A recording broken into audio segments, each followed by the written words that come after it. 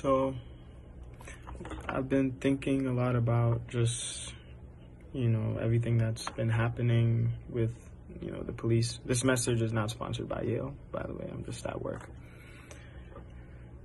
But thinking of just how as psychiatrists we think about the fact that we live in a very sick society. It's been sick from its inception. Like, at the deepest level, sick at the spiritual level, at the psychological level, and then how that manifests, we see what's happening, right? The mental health crisis is getting worse. All these things are just manifestations of a really deep issue, which race is a really, I think, potent manifestation of the way that race has played out in this country. Gets to the core of really how sick white supremacy is, really, and Frantz Fanon, who is like a legend psychiatrist, says that, change does not mean reform and change does not mean improvement. He also says that certain things need to be said if we don't want to falsify the problem. And I think as a community, at some point, we have to really look at what we've inherited and ask, is this really tenable, not just for people of African descent, but for like the survival of humanity, right? Like, it's really a fucked up system fundamentally, right? Like, the basic premises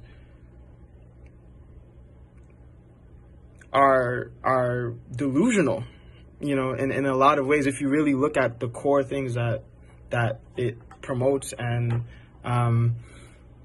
what it views the human as, and so I've just been breaking away from this reality as much as possible to just think radically about what could another society look like. I don't have the answers, and it's not up to me to find the answers. I think it's up to all of us to evolve, because as we evolve collectively, our power to create, our power to imagine new worlds grows. And we know this system is going to fail. It will fall. Like, we do know this. It has been prophesied, and we see it cracking. We see the failures, right? And this is just historical. It's a cycle. But how do we, who are at the leading edge of this human evolution, right? Because the oppressed are always at the leading edge of human evolution. How do we come together to collectively start to create the solutions? Because the solutions will come from us. It will never come from the oppressor. It will always come from the oppressed. The oppressed are the ones who feel the evolutionary pressure.